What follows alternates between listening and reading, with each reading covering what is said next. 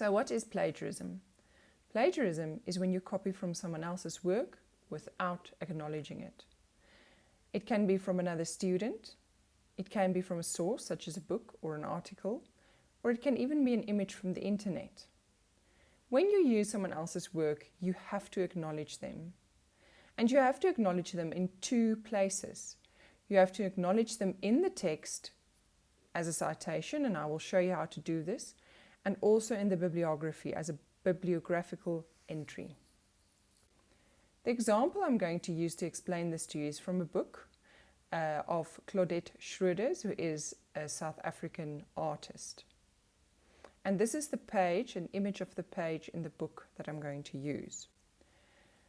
So the first way of working with sources is to use direct quotes. You will see there in the text I've highlighted the bit that I want to use. So when you use sources and you find information that is relevant to the assignment and you want to use it, you can use it through direct quoting or paraphrasing, which I will show to you now. First, direct quoting. Here I've written that Rory Bester writes that, and this is the part which I'm quoting, and that's why it's in quotation marks.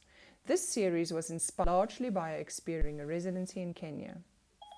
So you will see that I've put the name of the person who says this. I've put the year in which this book was published. And I've also put the page number on which I found this information. This is in the text itself, so where you write your assignment, you need to do this. And then at the end of your assignment, in the bibliography, you need to write the full biographical details of the book. So there it is. You will see Bester R 2011. The name of this chapter is Claudette Schroeders and the Autobiography of Complexity, and it is in Claudette Schroeders, which is the name of the book, edited by Sophie Pereira, and then the part in brackets is the publisher. And the chapter stretches from page 11 to page 27. Okay. The next method is to paraphrase, and paraphrase means to write in your own word.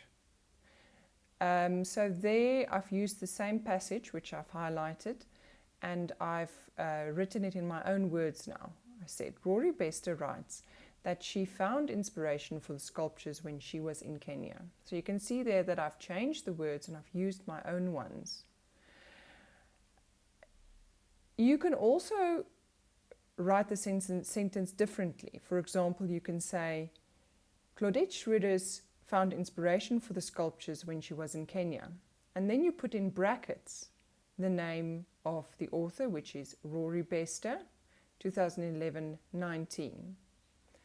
When you use citations like that, you can just write the surname of the author. So you will just write in brackets Bester, 2011, page 19. When you speak about artists and authors, always refer to them by their surnames, not their first names, because they are not your friends. Okay, so you refer to them by their surnames, and you don't say Prof this or Doctor this, you just refer to them by their surnames. The only exception is where you mention someone for the first time in the text. Then you will also add their name. So with Rory Bester, for example, the first time you mention him in your text, you will write Rory Bester. But from the second, third, fourth, and subsequent times, you will only refer to him as Bester. And you will see again that when paraphrasing, you need to acknowledge the source in two places, in the text and in the bibliography. Now, when to use which one? Paraphrase or write in your own words 95% of the time, students.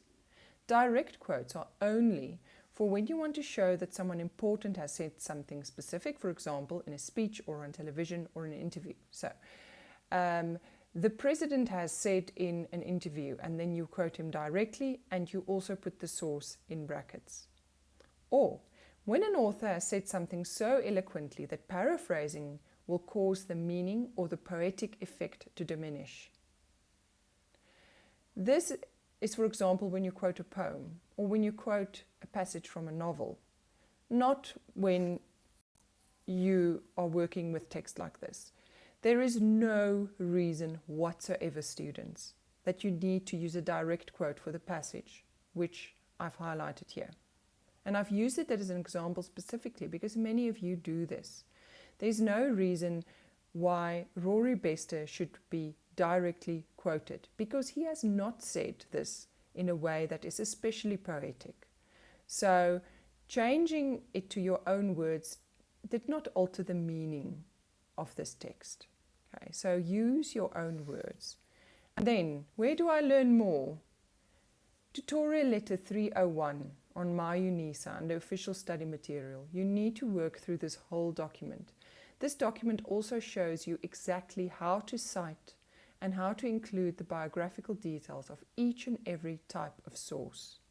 Even blogs, YouTube videos, films, magazines, all of those have different ways that they need to be used correctly. Please look at this. If you have any questions, please feel free to email me.